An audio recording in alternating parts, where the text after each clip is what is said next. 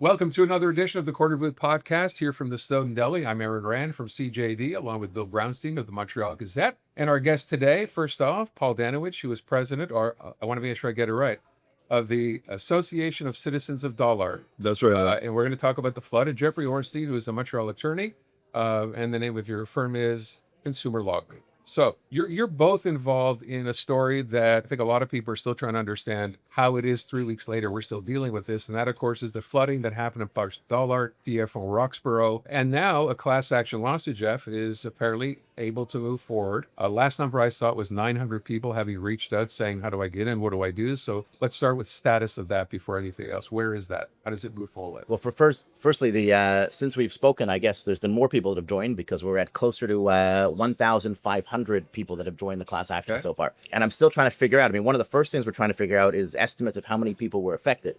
And, I've heard reports, the first media report was 300 to 350. That number is way off.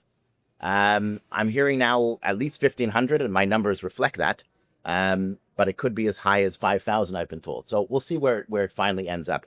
But what is also good when you join our case, and I encourage everyone to go to clg.org and to join, is we're going to be plotting that into, onto a map where we're actually going to be able to make a zone so we can show the judge when we're looking at a class definition, if you were between, this street on the east and this street on the west. So we'll actually be able to make a zone. Right now, the class definition is just anyone who was, there's two cases, by the way, just to mention. There's actually two class actions. One for Dollard-des-Ormeaux, which is its own city, and one for the borough of Pierrefonds-Roxborough, because that's part of the city of Montreal.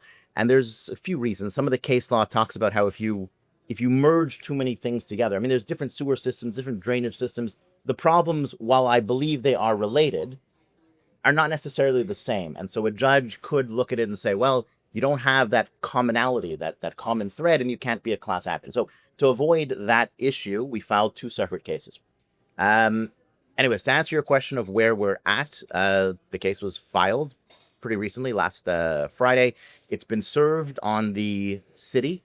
I don't have proof that they got it yet. It was given to the bailiff, so they may or may not have it in their hands. They have not yet appointed a lawyer.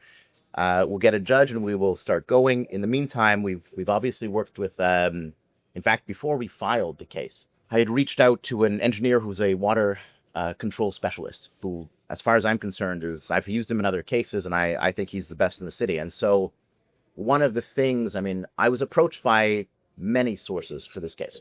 A lot of people called me, wrote to me, and I had some reluctance because the case law is tough. If you read the case law on this, half of them get certified, half of them don't. Some of them settle, some of them don't. Some of them have settled after 10 years, and for not massive sums of money. So before you take this on, because we do class actions, everything is on contingency. Nobody's paying for anything. So who really pays for it? Well, it's the lawyers in both their time for expertise and everything else, for their time, and as well as, hard costs for expertise. Right. Sorry, go ahead. Sorry, I was just going to get to, I understand all this. People should realize that both of you live in Dollard. Both of you had homes that were flooded. Yes. You had to move out. You're still dealing with it. The big issue in my mind is how something that happened 3 weeks ago is still going on. A place looks like a war zone. There's stuff to be picked up and all the rest. And further to that is that most people who don't live there seem to have forgotten. A week goes by and then it's old news. But you're still fighting this, Jeff, and it's you've been attending council meetings, Paul. It's a situation that's pretty scary. Well, I think the big problem is that our leadership in Dollard and even in Pierrefonds is reactive, not proactive. And we all hear our mayor and DDO talk about how we have the plans, we've done the studies, and then we don't have the money. And it seems like, for me, that I feel that the mayor and the council members are sitting on the sidelines, and it's like they're watching a game and they're not in the game. And as I want my leaders in the game, I want them to call the shots, that to take a shot on net. Like we need results, we need a clear timeline, we need action. And what the message I got from going to that meeting is that The mayor wants. You're talking about the dollar last meeting on council meeting in Monday, DDO, last Monday. right? Where the mayor stood up and he said that, you know, we all have to do our share, and he made reference to him going out and checking the drain in front of his house.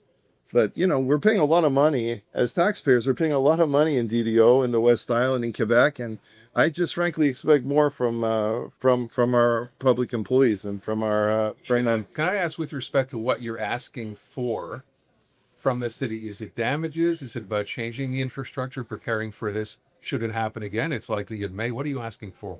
So our action seeks both of what you just said. The first one is injunctive.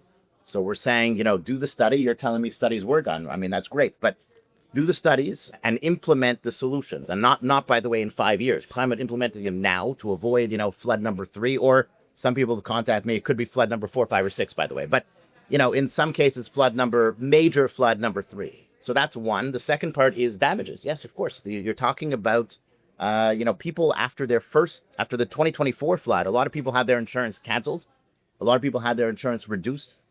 Some people are getting amounts as low as $10,000 if they have insurance. I can tell you with complete certainty, your damages are going to be 50, 60. I've heard 100. I've heard $200,000 of damages, which, by the way, is not shocking at all. I mean, just demolition, I think, was about 20 grand. So, I mean, people are underinsured. So there's obviously a financial aspect. And of course, to make sure this doesn't happen again. And by the way, just to pick up on what you said, I mean, I think that one of the number one things that a city is responsible for is protecting the houses of the people that live in that city. I mean, it's very nice to build parks, and it's very nice to, you know, pave your roads, and these are all great things. But if you can't protect the people's houses, I mean, I'm not sure, to be honest, I'm not sure what your number one priority is, if not that. And I'm not sure what all the tax money goes towards if that's not your first priority. I mean, that's my... Yeah, but Paul, is there a solution? Is there something that can be implemented? This is happening year in, year out. Is there something that can be done, or you're always going to hit the same problem? Sorry, it wasn't always year in, year out. No, but it has been for the... we've had 2 major floods in the last 3 years, right. And we had other flooding, you know, throughout the last 10 years. Yes. And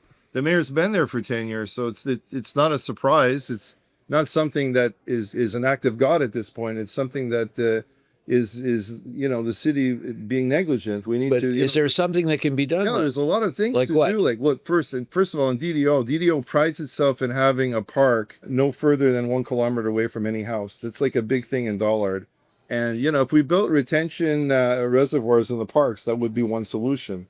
That would alleviate the sewer overflow. There's a lot of things that there's been flooding in cities for many years, and you know, if you go and you do just do some research on what other cities are doing, these are some of the things they're implementing, and they're getting results. But I mean, in DDO, it seems like the answer is we're just going to keep studying the problem, and there's no clear timeline on the cost or implementation, and we just keep studying the problem, and it's not good enough for the citizens. The citizens feel abandoned. I met elderly seniors, you know, after our guys are doing the landscaping, we're going out and we're helping seniors move furniture out of their basement. These are people, I mean, if they're calling me for help, that means they don't have family. You know, they're out there, they're stuck, they're on their own, and we're taking soiled carpets and underpadding out of their homes. We're taking everything out of their homes and we're putting... And the city's not helping there either. The city's not helping. I don't know why they didn't call a state of emergency. I don't know why they didn't reach out to the province and say, hey, we need help. You know, it's already we're going on 3 weeks and there's still garbage in front of some of the homes in the West Park area. That's not okay. I don't want to live in a community like that. You went to a council meeting. You confronted the mayor. Did you make any headway? I don't think so. I mean, we got a chance to talk to the mayor, and the mayor, again, he told me that there's more studies. There's a meeting coming up on August 6th where they're going to have experts that are going to explain you know, the situation to us, but we still don't have an idea. I was pretty clear. I wanted a timeline on action, cost. When is it going to be implemented? And those questions weren't answered. But let me ask this question, because obviously when this story broke and after some time, they did some civil engineering types who weighed in, see, look, we understand people are upset or frustrated. There would be no system anywhere that could handle this amount of rain in that shorter period of time. I don't buy that at all. And my expert certainly does not say that. I mean, I come back and I look at it and say, this was not a tsunami. I mean, I would agree with that statement if we were talking about a tsunami where, you know, a tidal wave comes in and covers everything. There's no protecting that. I get that. This is rainfall. It's not even a hurricane. It's rainfall. It is a certain amount of millimeters, sure. But I'm just to go to the point before. I mean, I think the city knows and has known for quite some time. At least we say in the action, at least since 2024, but I think probably further, that between 100 and 150 millimeters of rain, it's going to flood. That is a fact. That is what has been known to the city for the cities for some time now. And especially when we're talking about an area like the West Island, because there is a map that you can go to. You can go on the internet and you can look at the map of the city of Montreal, and it will tell you the different topography in the areas with, more sunken soil that are more prone to flooding from rainfall, from rainwater. So the West Island is one of those. So it's known that that's the case. It's known that they can't handle between 100 and 150 millimeters. And I mean, I'm hearing you telling me that engineers are saying, well, nobody can handle that. It's just not true. There are absolutely methods that can actually handle that. And if you know that your system can't, do something to make sure it can. Again, it's not, I get act of God where you have, you have tsunamis, you have, they say lightning never strikes twice in the same place. That would be an act of God. But I got news for you. We just saw it strike twice in the same place, 2024 and again in 2026. So I can't prescribe to this idea that there's nothing that can be done. You're kind of saying, if I'm understanding, Jeff, that the city has been negligent. I mean, if you know that this can happen, and it has happened in the past, yet you've done nothing about it, you're negligent. So, I mean, paragraph 5, we say they're negligent in our action. Paragraph 6, we say they're grossly negligent, by the way. So to answer your point, negligent, we allege in the proceeding, is when you don't do anything, you don't take the measures necessary to handle the rainfall. Grossly negligent, which just means very negligent. Let's take the legal term, just put it into the layman terms, just means very negligent, is the fact that you're at risk. You've already seen what happens and you still fail to act. So Right. I think we've gone further than just negligence. At least that's what we allege. People are probably saying, well, why don't you guys move out? And it rises. Of course, like who's going to buy places that are in a flood zone at this point in time? I'm guessing it is not the best time to sell in these areas. Well, it's not only that, but you also got to look at the how are these people going to get insurance in the future? Exactly. I mean, and a lot of them don't have insurance right now. And you said, you have how many people in your lawsuit right now? 1,500. 500. But it affects way more than 1,500 because, if you have senior parents in that area, it's going to affect their kids. It's going to affect families. It's going to affect way more than the amount of people that are on that list. It's going to affect tens of thousands of people in the West Island. I think you're more indirect. I think the 1,500 are more the houses affected. But listen, But you're right. the cost of the Yes. people goes way beyond that. I agree. And in some cases, they can't replace their memories. They can't replace the things they've lost. So it's terrible. It's a terrible situation. And when I was at that council meeting in DDO, I also heard the mayor say that he kind of praised the Quebec Liberal MNA in our district for a good relationship. But I haven't seen her, Bridget Garceau. I haven't seen her. I haven't heard from her. I actually had to Google who the MNA was in the area to find out her name because she hasn't been present. I haven't seen her. I haven't seen her involved in any of this. Like the citizens feel, I think from talking to them, they feel abandoned on the municipal level, provincial, and the federal level. There is nobody stepping up to get involved. There's nobody walking the streets. And those council members should be out there going door to door, checking on their constituents, just like they did when they wanted their votes. The Corner Booth podcast is brought to you in part by the Snowdon Delicatessen, where we are. 75 years in business, the home of Montreal's greatest smoked meat, plus carnotzel, potato latkes, and the famous Snowdon Deli party sandwiches. That's the Snowdon Delicatessen. Jeff, is there some provincial culpability in here by virtue of what Paul just said? I mean, the province does have emergency funds. They can declare a state of emergency, which would have freed up money. How are they potential? That's a complex legal question. If there's no obligation for them to do so, there's not going to be culpability. I mean, listen, he's talking about more as the culpability at the ballot box. I get. There's a control of the ballot box. That's fine. But you're talking about a legal control. There would have to be a provision requiring them, and I'm not aware that there is. Okay, I guess my other question, and I want to bring up the other side, is because someone brought up the question, all right, let's say you move forward, you have a class action suit, it's going to cost a municipality or municipalities money. Aren't you really, well, from your perspective, shooting yourself in the foot? Complain about paying taxes that are very, very high now. This is only going to make things worse. The money has to come from somewhere. Is that a concern for you, that this is just at the end of the day going to make everything else? You know what, Aaron, at this point, the most important thing is to fix the problem. If we wait, if we don't put pressure on them to fix the problem, if we wait 10 years, 20 years, it's going to amplify the cost. It's going to be twice, 3 times, 4 times more expensive. And where are we going with this? The property values are going to plummet. We're not going to be able to insure the homes. We have to put pressure. For me, the lawsuit is just another opportunity to put pressure on the municipality to fix the problem. They need to fix the problem. There's many issues, not just the flooding. There is a general in Dollard, there's a general disconnect between the people and the leadership. We have a homelessness problem there. We have people sleeping in the parks. Okay, There's a lot of issues I here. understand. That's fine with your municipal administration. Yeah. As you said, you can change that in a vote next time there's an election. But with respect to actually getting this done, then I've heard you say we pay a lot of taxes when we live on the West Island. Is that not a concern here, that this money, if they have to start fixing things, you're putting new infrastructure, where's that money coming from? So this argument I've heard every time when you sue the government. I mean, that's always the case. And by the way, we've sued the government many times. So yes, you have this where you're suing the Canadian government. I mean, who's going to pay for it? When you sue the provincial government, same thing, because, you know, they get money from their citizens, but they also get money from the federal government. And at a local level, I mean, it's all true. So, I mean, there is obviously that perspective that the money has to come from somewhere.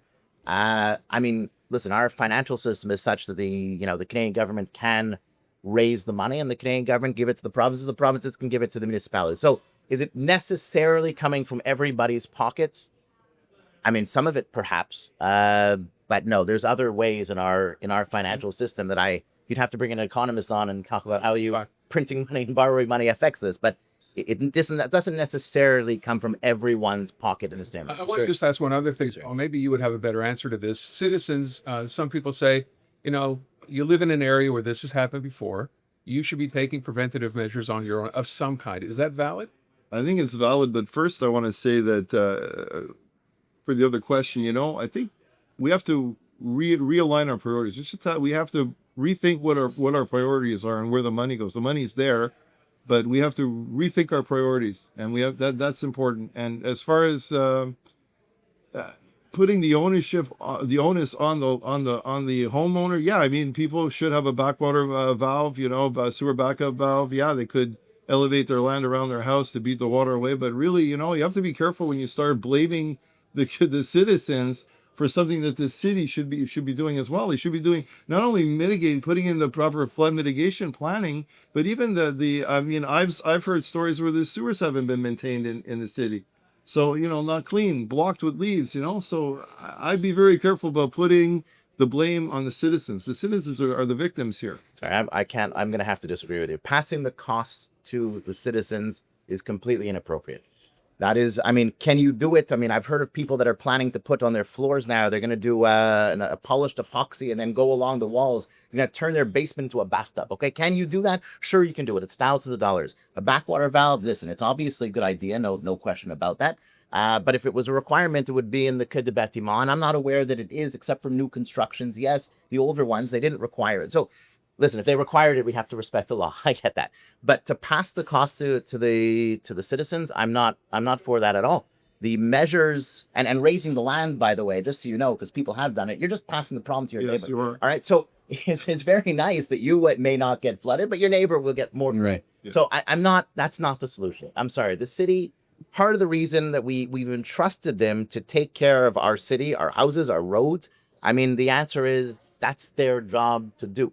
And even the finances, we don't get involved in the finances. If they're not financing it properly and they don't have the money to do this, I got news for you. That's where the blame is as well.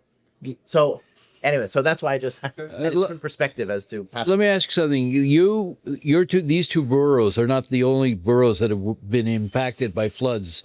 And what is going on with the others you don't hear about? Are they getting sufficient help from their local officials? Or are they getting help from the government? Or So I've heard of some cities, some municipalities or boroughs that did get flooding in the past and put in some of the measures that we've asked for in this class action. For example, the sponge park, the basins, there's a whole bunch of measures that some other cities who have been flooded took action and did, and now they actually they're not flooding anymore. I mean, I've heard of this already.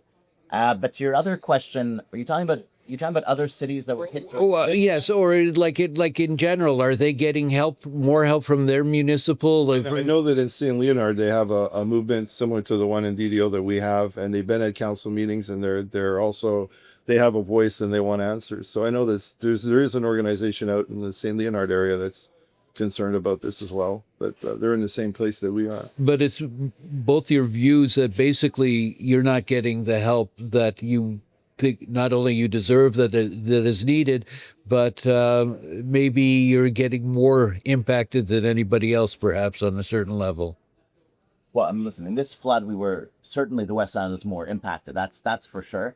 I mean, the way these floods go, because I mean, my expert was clear on this when we allege it, is that the type of rainfalls we have because of climate change is that you now get, it's much more common, where you get in one area these quick bursts of very powerful rainstorms that hit all at once, and then they, sort of the eye of the storm type of thing, and then it spreads out after that. So that seems to be, I'm going to say, a relatively new phenomenon.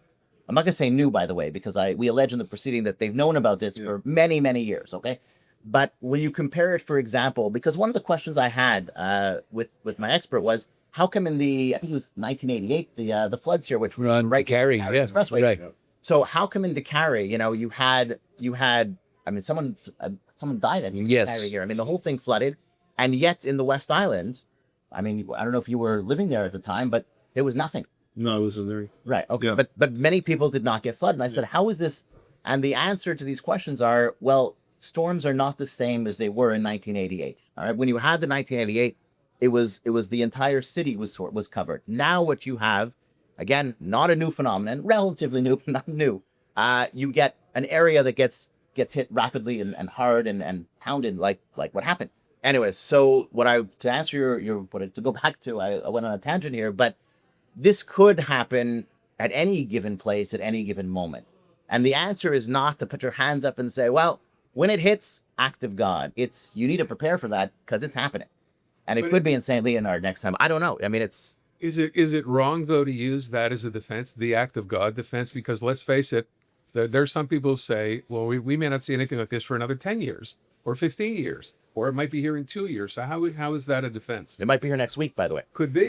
So listen, we wait for a judge. I'll give you my opinion. I mean, my opinion doesn't mean much. It's the judge's opinion that's going to matter.